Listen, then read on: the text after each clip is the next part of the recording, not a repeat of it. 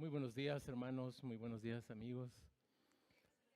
Hermanos, es un privilegio estar, como decía nuestro pastor en la mañana, reunidos para adorar juntos como iglesia a este glorioso, a este maravilloso Dios, a este Dios santo.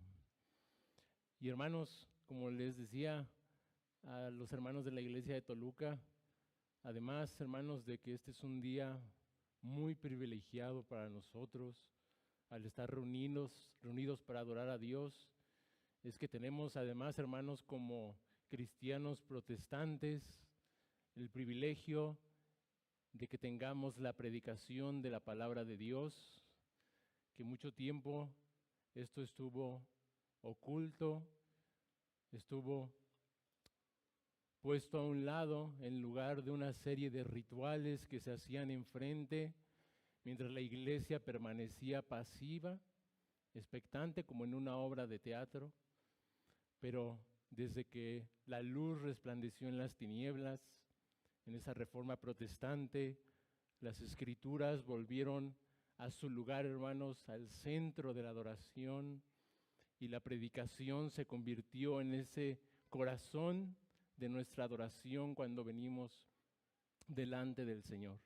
Así que, hermanos, tengamos en alta estima cada vez que se predica la palabra, no por el hombre que está enfrente, hermanos, sino por el Espíritu Santo que nos habla a través de ella, usando hombres débiles, pero su palabra es todopoderosa. Así que, hermanos, vamos a orar al Señor pidiendo su bendición. Bendito Padre, Santo Dios, te damos gracias porque podemos adorarte, Señor, a través de considerar la verdad escrita en tu palabra, Señor, que nos revela a este Dios vivo y verdadero en el cual hemos creído. Te damos gracias, Señor, porque nos tienes por dignos delante de ti a pesar de nosotros, solo por la obra perfecta, consumada de nuestro bendito y santo Señor Jesucristo. Así es que, Padre, te pedimos por tu Espíritu que nos des entendimiento, que nos ayudes a no distraernos, a estar atentos a tu voz, Señor, que me des de tu gracia para poder transmitir esta verdad de tu palabra con claridad, y que obres en mis hermanos, Señor, para tener un celo santo por obedecerte, Señor, en estas exhortaciones de esta tarde, y también que te compadezcas, Padre, de los perdidos, que ellos contemplen a este Dios santo, para que ellos, Señor, también anhelen andar en santidad por la fe en el Hijo de Dios. Esto te lo pedimos, Padre, en el nombre de Jesús. Amén.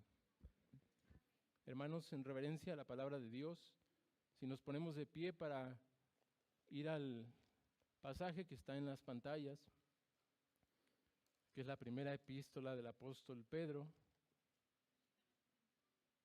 capítulo 1, versículos del 13 al 16. Dice así la palabra de nuestro Dios.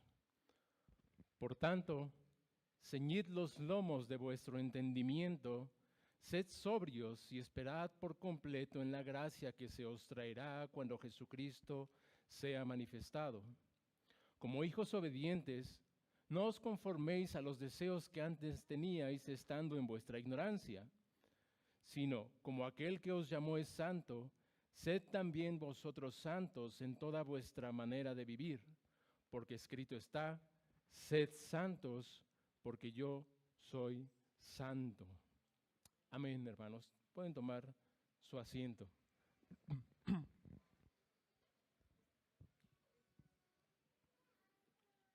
Mi país no me envió a México a empezar una carrera, sino a terminarla. Esta fue la respuesta, hermanos, de John Stephen Aguirre, cuando le preguntaron por qué no abandonó la carrera de maratón en los Juegos Olímpicos de México 68. Y es que esa noche, hermanos, cuando la competencia ya había terminado, un último corredor apareció en el estadio. Este era precisamente Aguari. Avanzaba cojeando con la rodilla vendada y manchada de sangre. Había caído durante la carrera, pero él decidió continuar. El público, sorprendido y conmovido, se levantó para aplaudirlo mientras cruzaba la meta varias horas después que el resto de los competidores. Hermanos, esta historia es un ejemplo de una autodisciplina mental y física motivada por esa esperanza de terminar la carrera, a pesar de las dificultades a las cuales se enfrentó. Y hermanos, es que esto tiene mucho que ver con lo que hoy veremos en nuestro pasaje de primera epístola del apóstol Pedro 1 del 13 al 16. Pero hermanos, antes de entrar de lleno al pasaje, un recordatorio de lo que hasta ahora hemos visto, y es que es importante tenerlo presente para lo que después nos va a exhortar el apóstol Pedro. Él ya había dicho, hermanos, en versículos anteriores, algunos aspectos específicos de cada una de las personas de la Trinidad a favor nuestro en nuestra salvación. Esto, hermanos, con el propósito de fortalecernos en medio de las pruebas de sufrimiento a las cuales nos enfrentamos. Podríamos decir que el apóstol Pedro puso esos 3 cimientos de cada una de las personas de la Trinidad en la obra de nuestra salvación para sobre la plataforma colocarnos nosotros y hacer frente a todas las dificultades de nuestro peregrinaje en este mundo.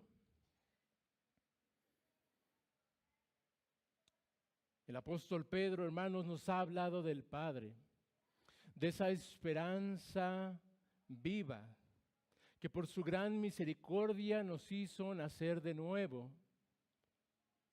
y que nos ha dado una herencia segura en los cielos.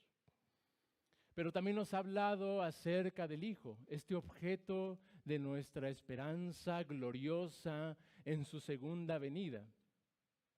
Que a pesar de que hoy pasamos por muchas dificultades, aún así, hermanos, esta es una esperanza porque las pruebas de nuestra fe traerán una recompensa en el día final, cuando Él vuelva. Pero también nos ha hablado acerca del Espíritu Santo, por medio de quien hemos recibido, hermanos, la revelación de esta esperanza. Una esperanza que fue anunciada desde el Antiguo Testamento por medio de los profetas, pero que también nos fue proclamada por los apóstoles y maestros del Nuevo Testamento. A tal grado es esta esperanza que aún los mismos ángeles anhelan mirar cómo se desenvuelve esta historia en la iglesia. De tal manera, hermanos, que podemos considerarnos como profundamente privilegiados de ser esa generación en la cual se han cumplido las promesas de Dios. Así que, hermanos, habiendo puesto el apóstol Pedro delante de nosotros este fundamento de nuestra esperanza, ahora nos exhorta, hermanos, a poner nuestra confianza completamente en ella, viviendo una vida piadosa, viviendo una vida santa. Por eso, hermanos, es que el título del sermón es: por lo tanto, tengan esperanza y sean santos. 2 exhortaciones, hermanos, que veremos en este pasaje. En el versículo 13 veremos primeramente la exhortación a la esperanza, y de los versículos 14 al 16 veremos la exhortación a la santidad. Comencemos, hermanos, con esta exhortación a la esperanza, versículo 13. por tanto, ciñan los lomos de su entendimiento, sean sobrios y esperen por completo en la gracia que se les traerá cuando Jesucristo sea manifestado. Hermanos, hasta ahora el apóstol Pedro se ha centrado en hablarnos de aspectos doctrinales, es decir, lo que Dios ha hecho a nuestro favor. Pero ahora, a partir del versículo 13, comienza una sección práctica, cómo debemos vivir a la luz de lo que ya nos ha hablado antes. Así, hermanos, continúa la epístola con las palabras "por tanto", que conecta toda esa teología antes descrita con la práctica, con la exhortación que ahora nos hace. Puesto que cuentan con la gracia, el respaldo, el favor, el poder del Dios Trino, que les da esperanza en medio de las pruebas, ahora manos a la obra. Como bien diría, hermanos, un autor de nombre Thomas Schreiner, los mandamientos de Dios se basan en su gracia. Dicho de otro modo, el indicativo, lo que Dios ha hecho por nosotros en Cristo, siempre es la base del imperativo, cómo debemos vivir. Primero son los hechos de Dios, después son los mandatos de Dios para nosotros. Porque, hermanos, ¿qué hubiera pasado si el apóstol Pedro hubiera iniciado su epístola diciéndonos: tengan esperanza en la gracia que se les será revelada cuando Jesucristo vuelva?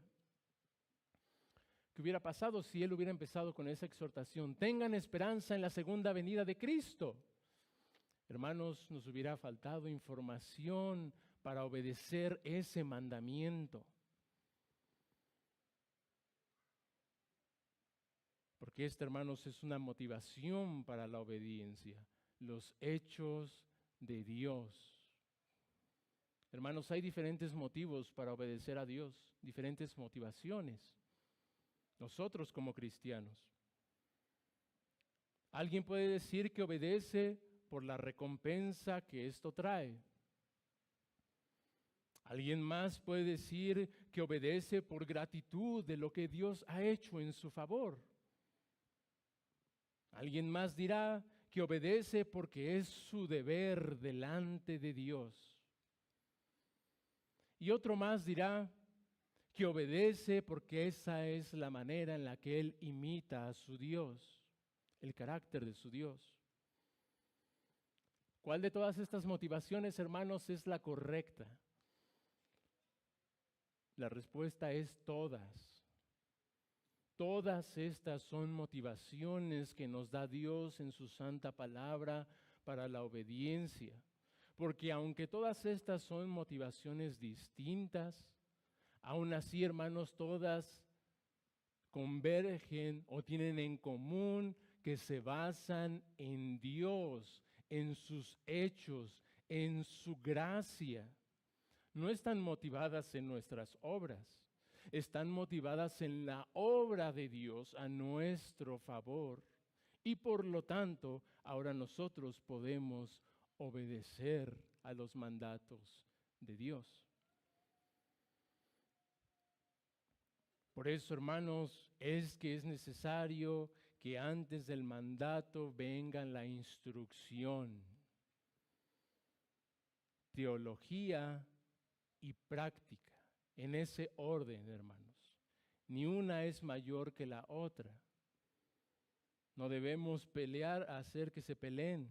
Estas son amigas inseparables, de igual importancia.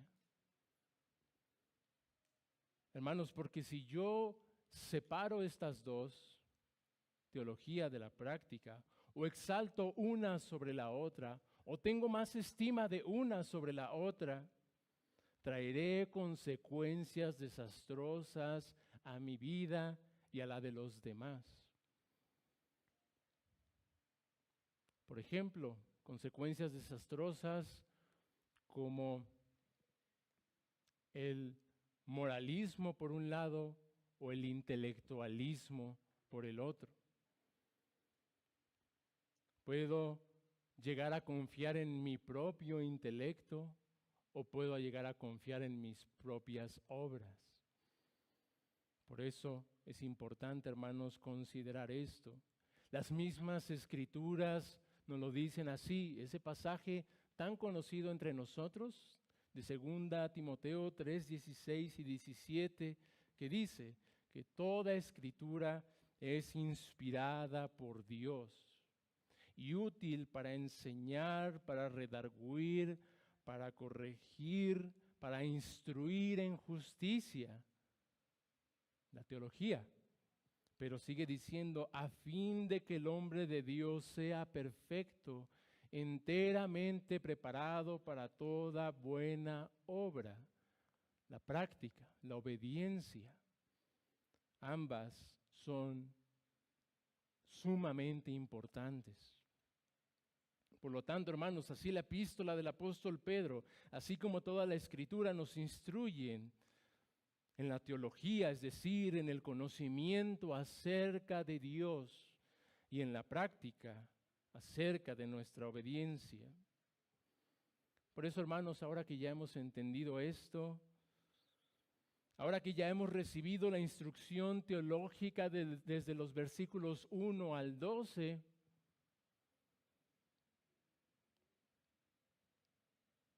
¿qué es entonces ahora lo que debemos obedecer? ¿Qué es lo que nos dice el apóstol Pedro en el versículo 13 que debemos obedecer? Para esto es necesario, hermanos, entender la estructura de este versículo 13. En este versículo 13 nosotros tenemos un mandato principal y también tenemos, hermanos, cómo debemos obedecerlo. Para que nos sea más claro, hermanos, permítanme leerlo de la siguiente manera, solo para que tengamos más claro cuál es el mandato principal. Por tanto, esperen por completo en la gracia que se les traerá cuando Jesucristo sea manifestado, ciñendo los lomos de su entendimiento y siendo sobrios. Hermanos, el mandato u orden principal, el imperativo es: esperen por completo en la gracia que se les traerá cuando Jesucristo sea manifestado. Hermanos, esta es la primera exhortación del apóstol, el mandato que debemos obedecer nosotros los creyentes. Pongan toda su esperanza en el regreso de su Señor Jesucristo. Alguien puede preguntarse aquí, hermanos, ¿acaso tener esperanza es un mandamiento? ¿No nos cuesta trabajo pensar que no matarás, no robarás, no cometerás adulterio? Son mandatos de Dios que debemos obedecer, eso es clarísimo. Pero ¿tener esperanza es un mandato de Dios? Sí, hermanos. Sí es un mandamiento de Dios que vemos en este versículo. Un mandato para los cristianos, para los que hemos puesto nuestra confianza en Jesucristo. Porque, hermanos, cuando finalmente la salvación que Dios ordenó desde la eternidad, que llevó a cabo en el tiempo por medio del sacrificio de Jesucristo, que aplicó a nuestros corazones por el Espíritu Santo cuando creímos y que nos sigue limpiando día con día, finalmente se complete cuando Jesucristo aparezca en las nubes del cielo con gran poder y gloria. A esto nos exhorta, hermanos, el apóstol Pedro, cuando nos manda a poner completamente nuestra esperanza en esa gracia que se manifestará cuando Jesucristo vuelva. Es decir, hermanos, que la gracia futura a la que se refiere el apóstol es esa consumación final de nuestra salvación. Ahí debemos poner nuestra esperanza. Hemos sido salvos, estamos siendo salvados, pero debemos tener la esperanza de la salvación final y completa cuando Cristo vuelva. De esa manera podremos mirar sobre las dificultades por las cuales atravesamos en este mundo. Es imposible que el ser humano viva sin esperanza. Los seres humanos tienen esperanza, solamente que lo depositan en muchas cosas.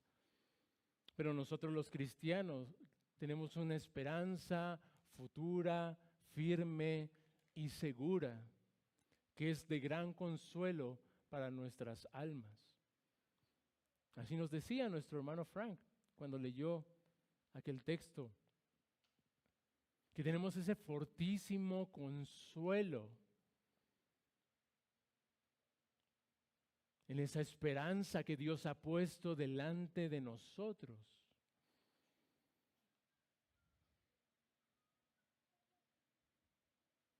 Ahora bien, hermanos, ya tenemos claro cuál es el mandato de Dios por medio del apóstol Pedro en este versículo 13. A poner toda nuestra esperanza en esa gracia final, futura. Pero ahora, ¿qué debo hacer para depositar entonces completamente mi esperanza en ese futuro glorioso? ¿Debo acaso esperar de brazos cruzados hasta que el Espíritu Santo me santifique completamente en la segunda venida de Cristo? No. Así no funciona. Yo espero activamente, ciñendo los lomos de mi entendimiento y siendo sobrio. Noten, hermanos, esta expresión que dice aquí el apóstol Pedro, similar a la de nuestro Señor Jesucristo en Lucas 21, versículo 35, si vamos allí. Evangelio de Lucas, capítulo 21, versículo 35.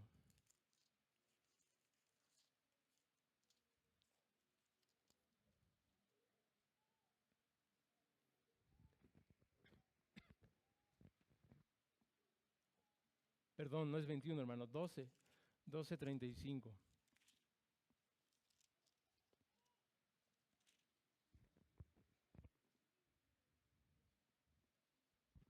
Dice el Señor: estén ceñidos sus lomos y sus lámparas encendidas, y ustedes sean semejantes a hombres que aguardan a que su Señor regrese de las bodas, para que cuando llegue y llame, le abran enseguida.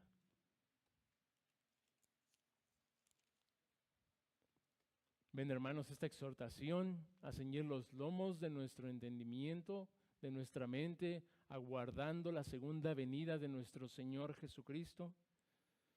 ¿Qué quiere decir esto de ceñir los lomos? Esto es una frase, una expresión muy común en el Antiguo Testamento.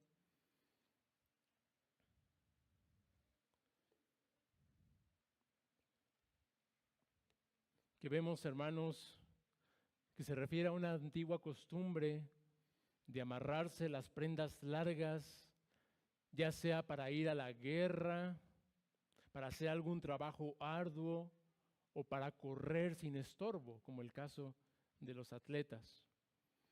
En la actualidad, hermanos, nosotros no hacemos eso, pero hacemos algo similar cuando nos remangamos, ¿no?, las mangas de la camisa para hacer algún trabajo, o cuando nos apretamos el cinturón para correr. Es decir, que nos preparamos para la acción. A eso se refiere, hermanos, esta expresión de ceñir los lomos del entendimiento, preparar mi mente para actuar. Mientras que ser sobrio significa tener dominio propio.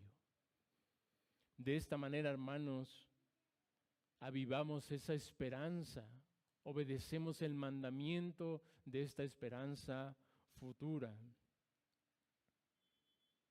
Porque, hermanos, para depositar toda nuestra esperanza en la gracia que recibiremos cuando Cristo aparezca por segunda vez, es necesario un esfuerzo arduo y continuo, una disciplina para someter nuestros pensamientos a la palabra de Dios, a las santas escrituras.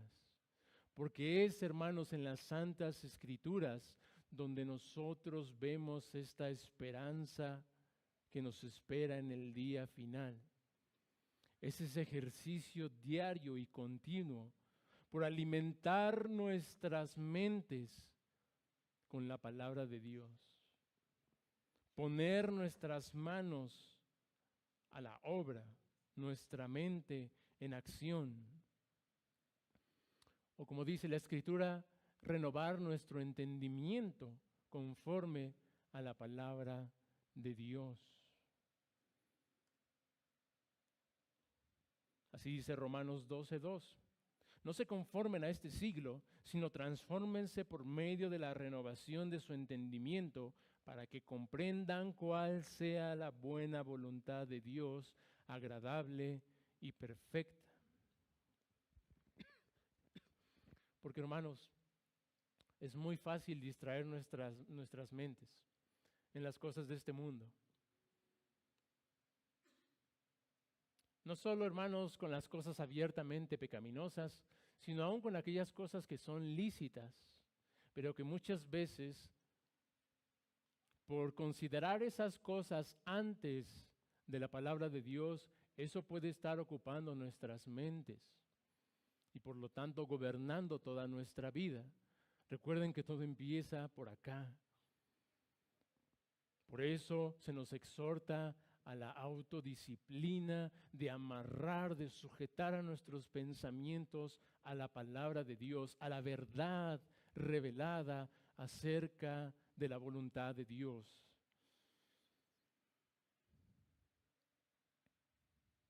Porque, hermanos, aquí nuevamente vemos dos peligros al no someter nuestros pensamientos a la palabra de Dios. Y estos son, hermanos, que podemos no solamente enfocarnos en las cosas del mundo para caer finalmente en una vida de libertinaje, en esas cosas pecaminosas que ofrece el mundo, que no nos llevan a nada sino a la perdición, a la vergüenza, a la muerte eterna, al infierno, sino que también, si no somos disciplinados en someter nuestros pensamientos a la esperanza que se nos revela en las Santas Escrituras, podemos más bien generar nuestras propias ideas acerca de Dios, hacer una ley en nuestra mente de lo que Dios no ha dicho que es ley, gobernarnos por esa ley que nosotros nos hemos imaginado en nuestra mente y caer en el legalismo, lo cual hace que eso se lo impongamos a los demás y prediquemos eso antes de la gracia que se nos revela en el Evangelio. Hermanos, es muy peligroso no obedecer esta exhortación, de tener esta esperanza futura, sometiendo nuestros pensamientos a la palabra de Dios.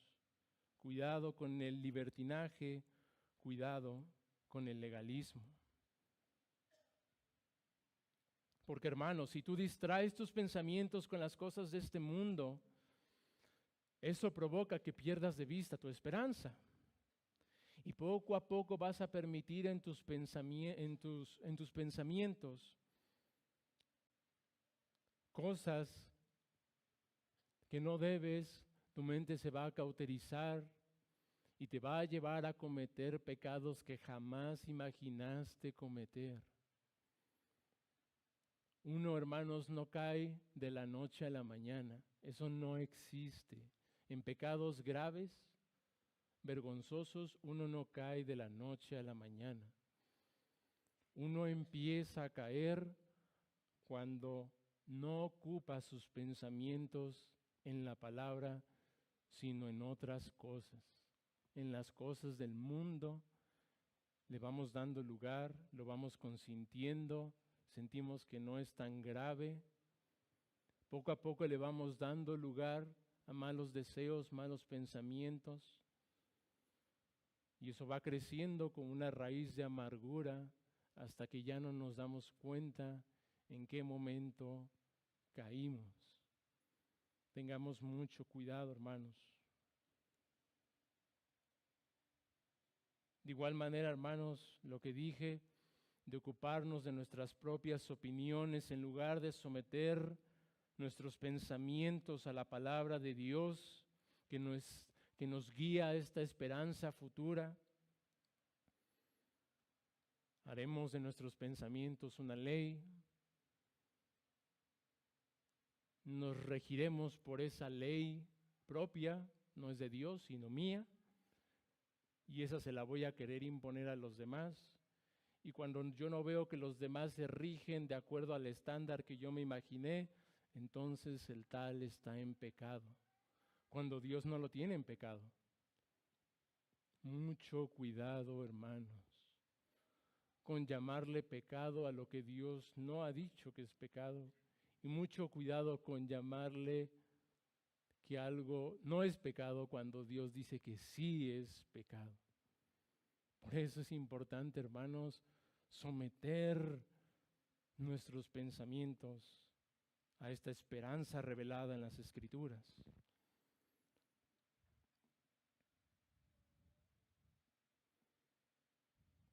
Por eso, hermanos, el texto también nos dice, sean sobrios, tengan dominio propio. Además de prepararnos para la acción, es necesaria la sobriedad ante las ofertas pecaminosas del mundo. No solamente habla aquí de una sobriedad de abstenerse, por ejemplo, del alcohol, que regularmente se usa para eso. No solamente somos sobrios cuando no nos entregamos a un vicio como emborracharnos, sino que esto tiene que ver en todos los aspectos de nuestra vida, ser sobrios en todas las áreas de nuestra vida, no dándole lugar a las ofertas del pecado que hay en el mundo. Porque, hermanos, sobriedad significa abstenerse de los deleites embriagantes del mundo, a no satisfacer nuestros deseos carnales con los cuales aún los cristianos y los más diligentes batallan. Esta es una lucha real, hermanos. Necesitamos estar despiertos. Cualquiera de nosotros puede caer en pecados graves. Seamos sobrios. Porque, hermanos, como dije, toda batalla comienza en la mente. Así dice Santiago, hermanos, en el capítulo 1. Sino que cada uno es tentado cuando de su propia concupiscencia es atraído y seducido. Entonces la concupiscencia, después que ha concebido, da a luz el pecado, y el pecado, siendo consumado, da a luz la muerte.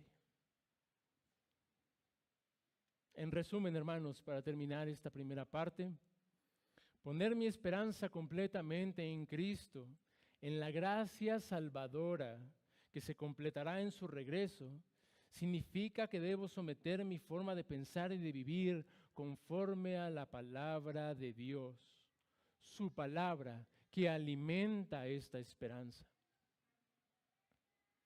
Y ahora, hermanos, pasemos a esta segunda exhortación que dijimos, que va muy de la mano con lo que hasta ahora hemos hablado. Una exhortación a la santidad, a vivir vidas santas.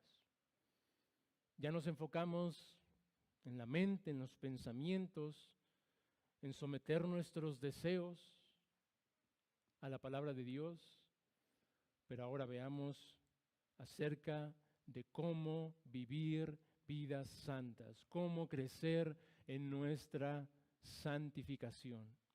Sigue diciendo el versículo 14 al 16,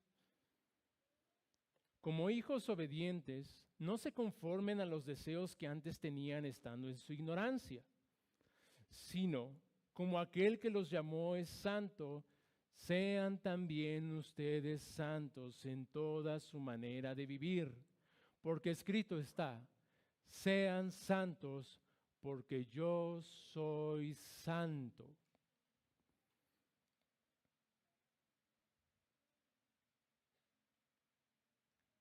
Sometamos, hermanos, a la palabra de Dios también nuestras acciones. Porque, hermanos, esta mentalidad disciplinada por la palabra de Dios que aviva nuestra esperanza futura debe reflejarse en una vida de obediencia y de santidad.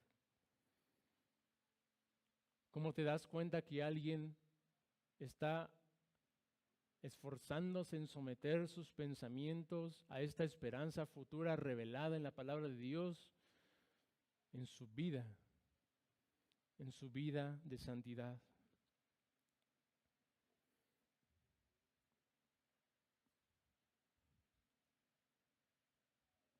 Porque, hermanos, aquellos que centramos nuestros pensamientos en la esperanza futura, no podemos volver a nuestra antigua vida, sino todo lo contrario, a crecer en nuestra santificación.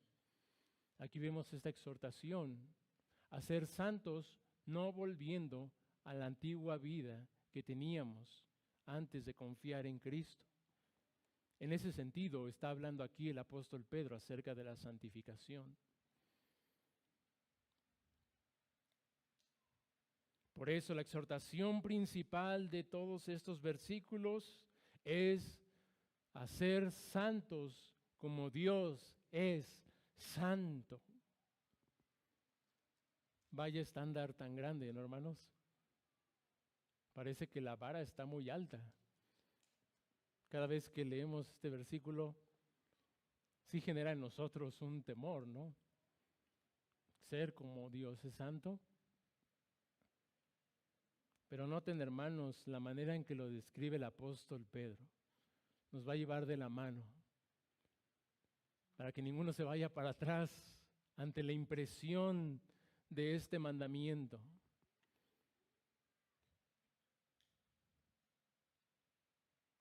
Dice el versículo 14, como hijos obedientes. Hermanos, solo los hijos de Dios podemos imitar a nuestro Padre Celestial. Hemos sido capacitados para hacerlo todos los hijos de Dios. Hermanos, todos los que somos padres, sabemos que nuestros hijos aprenden tanto las cosas buenas como las malas que hacemos, ¿no es así?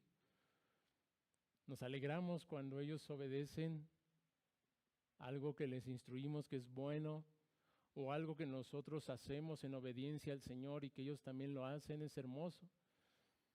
Pero también es terrible cuando de pronto ellos imitan alguna mala práctica nuestra. Es vergonzoso. Pero, hermanos, no sucede así en el caso de nuestro Padre Celestial. Él es santo. No hay nada malo que nosotros podamos imitar o aprenderle a Él. Todo lo que podemos aprender de Dios es bueno, es santo. Podemos aprender y reflejar este carácter de Dios como hijos amados de Dios.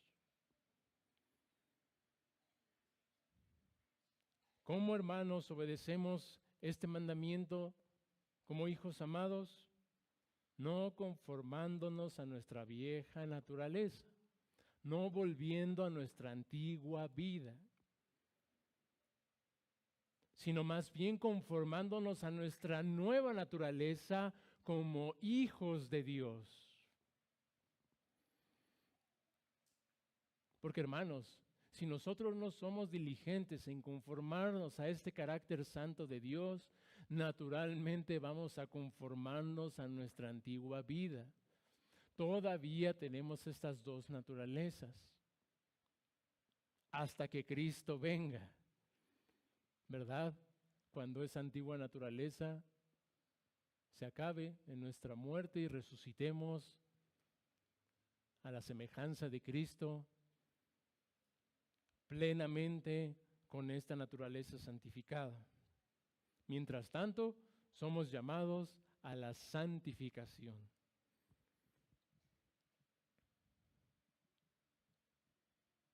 Porque hermanos, volver a las cosas que antes practicábamos, antes de ser cristianos, antes de confiar en nuestro Señor Jesucristo, verdaderamente es una necedad. Es negar a Dios, ignorar todo lo que Él ha hecho a nuestro favor.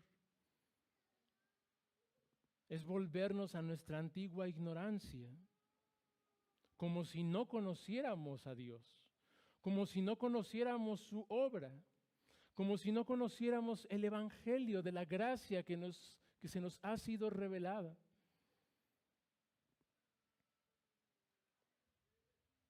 Porque hermanos, si algo caracteriza a los incrédulos es que no conocen a Dios. Nosotros no podemos volver a eso como si no conociéramos a Dios. Por eso es que dije, estaríamos actuando neciamente. Por eso dice el apóstol Pedro, no se conformen a los deseos que antes tenían estando en su ignorancia. Esta ignorancia, hermanos, que caracteriza a los incrédulos, no es una falta de capacidad intelectual, no, sino porque ellos no conocen a Dios salvíficamente, porque ellos no conocen el evangelio, no han experimentado el poder de Dios en sus vidas. Por eso es que no conocen a Dios, son ignorantes de Dios acerca de esa experiencia de la salvación.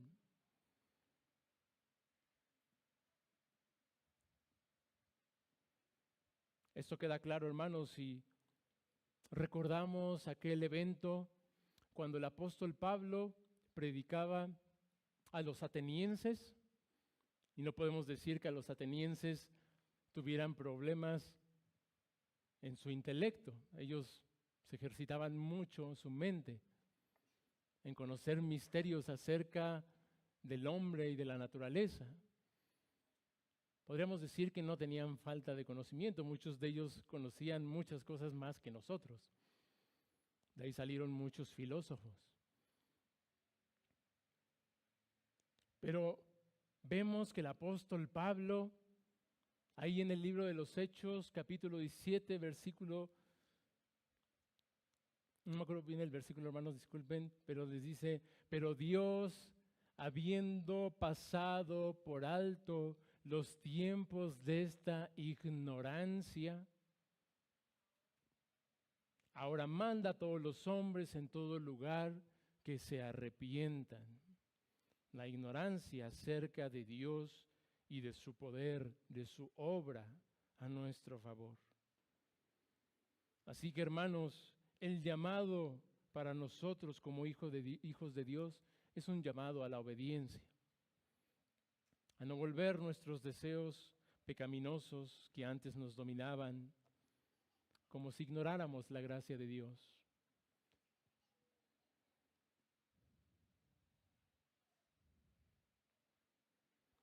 Más bien, puesto que ahora conocemos esta gracia de Dios, puesto que el apóstol Pedro ya nos ha hablado acerca de ella, de cómo Dios la ha obrado cada una de las personas de la Trinidad, entonces ahora conformémonos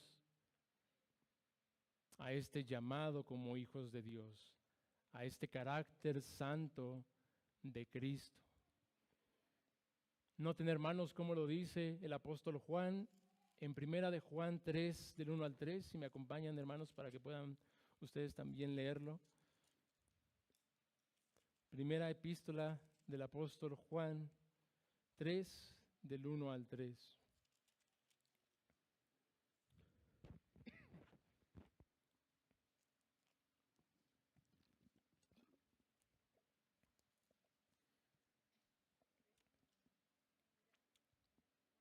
Dice: miren cuál amor nos ha dado el Padre, para que seamos llamados hijos de Dios.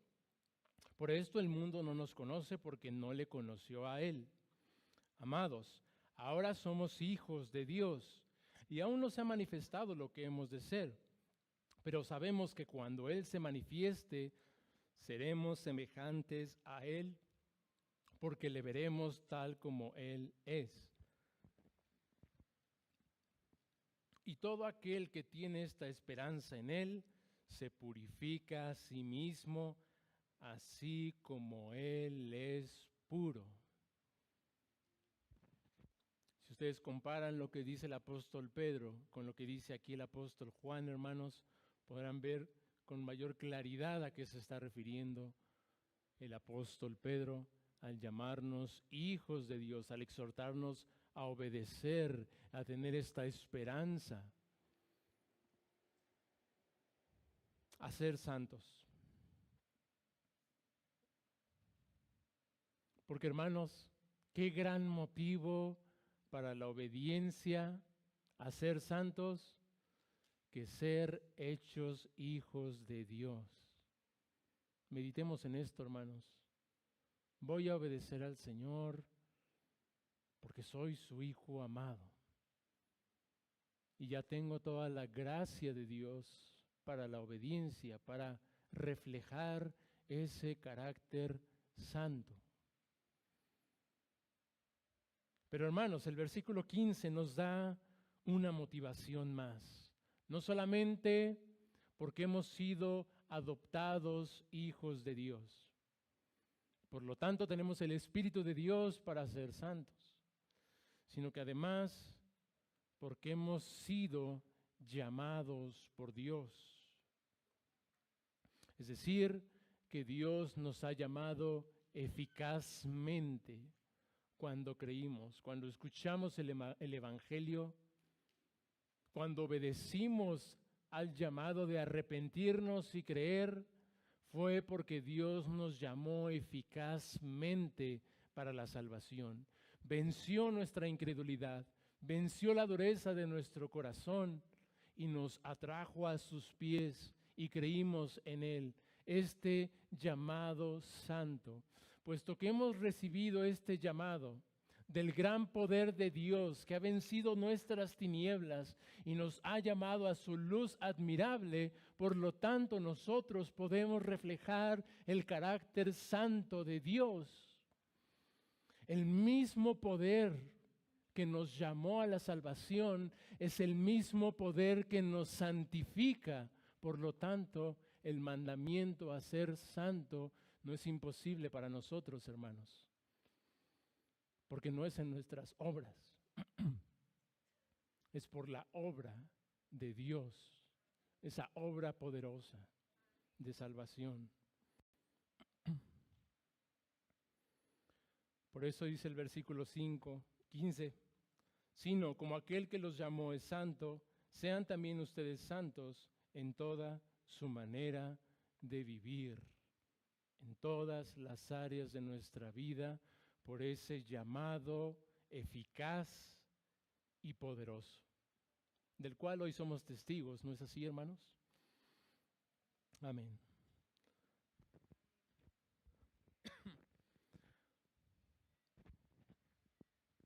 Así que, hermanos, antes de darnos este gran mandamiento del versículo 16, nos exhorta a la obediencia como hijos amados, y en el versículo 15 nos recuerda que hemos sido llamados eficazmente para una vida santa.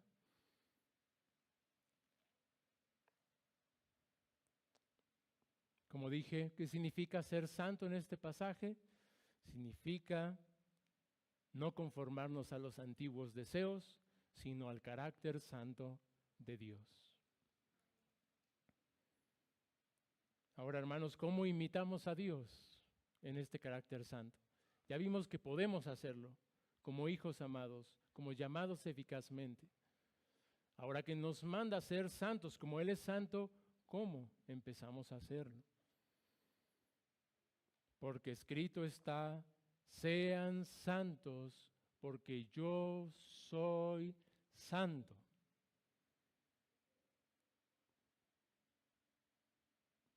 Alguno pudiera pensar que la vara todavía está muy alta, ¿verdad?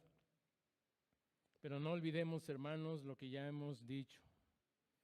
A pesar de que todavía luchamos con el pecado, que es una realidad y que somos llamados a luchar cada día, es una realidad, hermanos, y es una amenaza constante si nos descuidamos.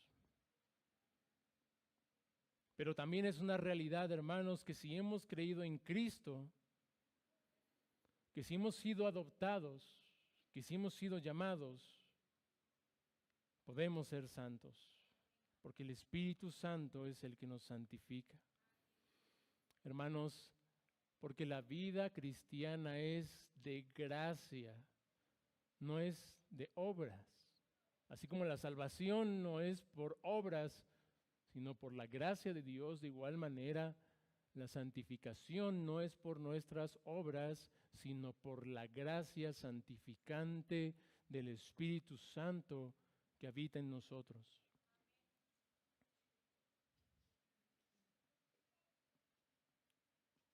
No somos llamados a ser santos en nuestras fuerzas, sino en las fuerzas de Dios. Si volvemos, hermanos, a la primera epístola de Pedro 1, recuerden, hermanos, cómo inició su epístola el apóstol Pedro. Después del saludo introductorio, Dios Padre, voy a leer la Nueva Traducción Viviente, hermanos.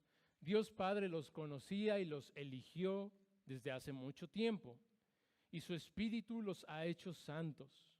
Como resultado, ustedes lo obedecieron y fueron limpiados por la sangre de Jesucristo. Que Dios les conceda cada vez más gracia y paz. Hermanos, cuando el apóstol Pedro nos exhorta a este mandamiento de ser santos así como Dios es santo, parece que él está citando el libro de Levítico, como hemos visto en las meditaciones. Y particularmente el 19:2 dice, habla a toda la congregación de los hijos de Israel y diles, santos serán porque santo soy yo Jehová, su Dios. Es decir, que así como el pueblo de Israel fue llamado por Dios a no conformarse a las naciones paganas que los rodeaban, sino apartarse de ellos, de sus prácticas, así ahora nosotros como pueblo santo de Dios somos llamados a apartarnos del mundo, de las prácticas, de la filosofía, de los pensamientos del mundo, apartarnos del pecado. Porque, hermanos, somos llamados a ser santos imitando a Dios. No somos llamados a ser Dios. Cuando dice, sean santos así como yo soy santo, no somos llamados a convertirnos en Dios. No, sino a imitarlo. Y ya vimos que se puede imitar. Dice Calvino, al pedirnos que seamos santos como Él, la proporción no es la de iguales, pero debemos avanzar en esta dirección hasta que llegue nuestra condición. Y como incluso, hasta donde llegue, nuestra condición. Y como incluso los más perfectos siempre están muy lejos de llegar a la meta, todos los días debemos esforzarnos más y más. Y debemos recordar que no solo se dice cuál es nuestro deber, sino que Dios también agrega, yo soy el que lo santifico. Nos esforzamos, pero confiamos en que Dios hace la obra.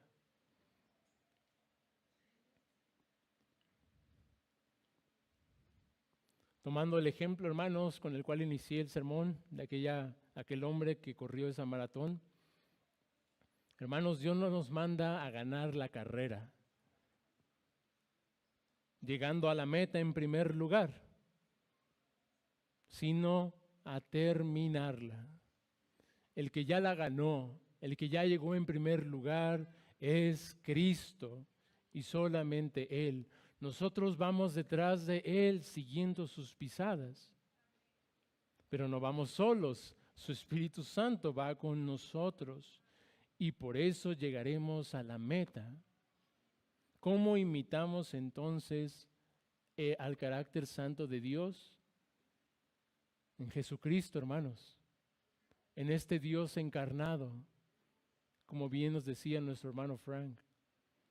Esta segunda persona de la Trinidad que no es menor que el Padre, pero que de acuerdo a ese plan eterno, Él se sometió y fue enviado por el Padre. Es este Dios que vino a esta tierra hace más de 2000 años. Ese Dios que se hizo hombre, que fue santo en toda su manera de vivir, que no se conformó a este mundo, que depositó toda su esperanza en la gloria venidera cuando Dios había de resucitarlo de entre los muertos. Debemos mirar a este Cristo, y este es un tema importante, hermanos, para lo que resta de la epístola. Tenemos que mirar a Dios en la persona de Jesucristo e imitarlo a Él, así como Él hizo, como vimos en los cánticos del siervo.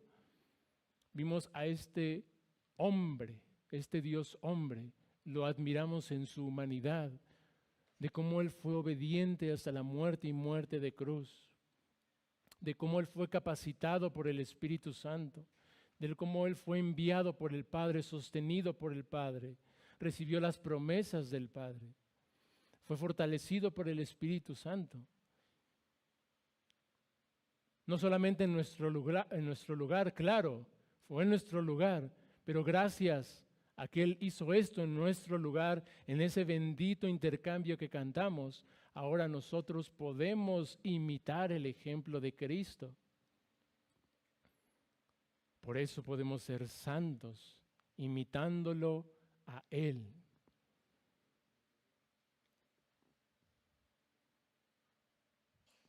Antes de las aplicaciones, hermanos, acompáñenme a leer Tito 2, del 11 al 14.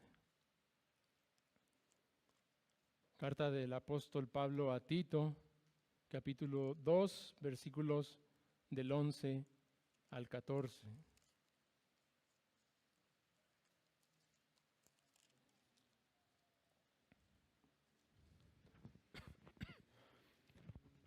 Dice así: porque la gracia de Dios se ha manifestado para salvación a todos los hombres, enseñándonos que, renunciando a la impiedad y a los deseos mundanos, vivamos en este siglo sobria, justa y piadosamente, aguardando la esperanza bienaventurada y la manifestación gloriosa de nuestro gran Dios y Salvador Jesucristo, quien se dio a sí mismo por nosotros para redimirnos de toda iniquidad y purificar para sí un pueblo propio, celoso de buenas obras. Amén. Aplicaciones finales. Primero quiero dirigirme a ustedes, amados hermanos cristianos, hijos de Dios, llamados eficazmente, llamados a ser santos, llamados a depositar toda nuestra esperanza en esa gracia final y gloriosa.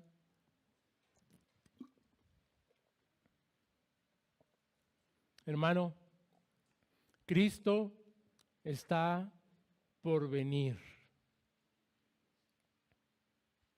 Todo lo que se habla en las Escrituras ya se ha cumplido, salvo el regreso de Cristo.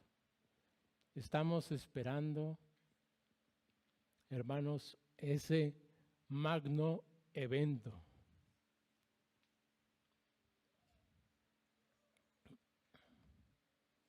Por lo tanto, hermanos, mientras tanto somos llamados a la obediencia, para que esa esperanza gloriosa esté viva delante de nosotros y nos motive día con día en nuestra santificación, en nuestra obediencia a este Dios, a no volver a las antiguas prácticas que teníamos cuando no conocíamos a Dios. Por lo tanto, amado hermano, toma estas motivaciones para depositar toda tu esperanza en esta salvación final, para vivir esta vida santa. Y al referirme a ti, hermano, no me estoy excluyendo a mí. Yo estoy en esto, hermano, pero para que sea más directo voy a hablar de esta manera. Amado hermano, amada hermana, obedece por la recompensa que esto trae. Piensa en la recompensa final por tu obediencia a pesar de las pruebas de sufrimiento. Que te motiven las recompensas de Dios en el día final. Amado hermano, obedece como gratitud por lo que Dios ha hecho a tu favor. Medita en el Evangelio y sea agradecido con una vida santa. Hermano, obedece porque es tu deber delante de Dios. Hazlo también por deber. Y amado hermano, también obedece, porque de esta manera tú imitas el carácter santo de tu Dios. Todas estas son buenas y bíblicas motivaciones, hermanos, para avivar esta esperanza, para estar como esas vírgenes prudentes, con esas lámparas encendidas, esperando a que llegue el esposo. Y finalmente, amado amigo, que aún no tienes esta lámpara encendida, porque no tienes esta esperanza en Cristo, porque no has puesto aún tu confianza en Jesucristo, porque no te has rendido a Él completamente en arrepentimiento y fe. En una ocasión, cuando los judíos que seguían al Señor Jesucristo, ellos le dijeron: ¿qué debemos hacer para poner en práctica las obras de Dios?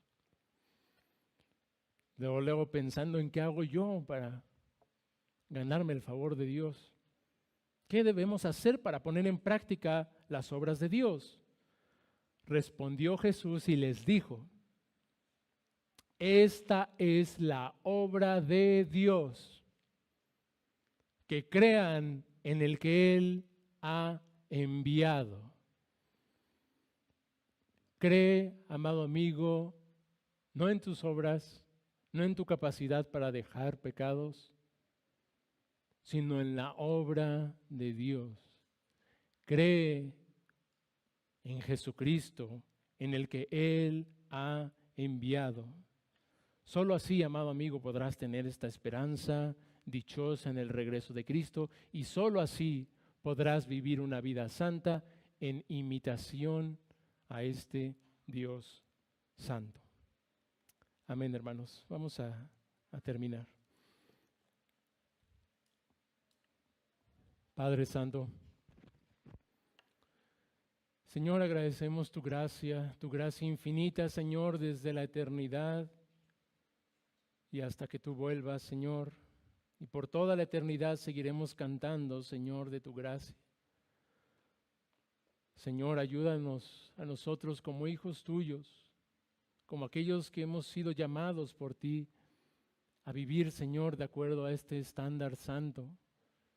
Pues tú conoces nuestra debilidad, Señor, pero también confesamos que hemos creído en el Hijo de Dios y que tu Espíritu Santo habita en nosotros y que somos testigos de esta obra que haces en nosotros. Y aunque quisiéramos ya no tener más que luchar contra el pecado, Sabemos que es nuestro deber, por lo tanto, ayúdanos, Señor. Ayúdanos a ser diligentes, a amar la santa palabra de Dios, a llenar nuestros pensamientos con tu palabra, con el Evangelio. Y perdónanos, Señor, por distraernos en las cosas de este mundo. Ayúdanos, Padre. Y apiádate también, Señor, de los perdidos. Llámalos, Señor, también a esta bendita esperanza y a esta santidad. En el nombre de Jesús. Amén.